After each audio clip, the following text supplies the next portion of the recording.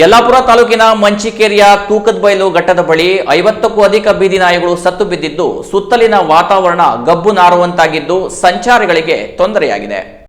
ಯಲ್ಲಾಪುರದ ಮಂಚಿಕೇರಿಯ ತೂಕದಬೈಲ ಘಟ್ಟದ ಬಳಿ ಸತ್ತ ಬೀದಿ ನಾಯಿಗಳನ್ನು ಯಾರೋ ತಂದು ಬಿಸಾಕಿದ್ದು ಗಬ್ಬು ನಾರುವಂತಾಗಿದೆ. ಸುಮಾರು 40ರಿಂದ 50 ನಾಯಿಗಳು ರಸ್ತೆ ಬದಿಯಲ್ಲಿಯೇ ಸತ್ತು ಬಿದ್ದಿದ್ದು ಸ್ಥಳೀಯ ವಾತಾವರಣ ಗಬ್ಬು ನಾರುವಂತಾಗಿದೆ. ಇದರಿಂದ ಸ್ಥಳೀಯ ವಾತಾವರಣ ಹದಗೆಟ್ಟು ಅನಾರೋಗ್ಯ ಹರಡುವ ಭೀತಿ ಎದುರಾಗಿದೆ. ಉಳಿದ ನಾಯಿಗಳು ಊರಿನ ತುಂಬ ಓಡಾಡುತ್ತಿದ್ದು ಈ ನಾಯಿಗಳಿಗೆ ರೋಗ ಬರುವ ಆತಂಕ ಎದುರಾಗಿದೆ. ಸಾಕು ನಾಯಿಗಳಿಗೆ ತೊಂದರೆಯಾಗುವಂತಾಗಿದೆ. ರಸ್ತೆಯಲ್ಲಿ ಸಂಚರಿಸುವ ವಾಹನ ಚಾಲಕರಿಗೆ ಈ ದುರ್ವಾಸನೆಯಿಂದ ತೀರಾ ಕಷ್ಟ ಅನುಭವಿಸುವಂತಾಗಿದೆ.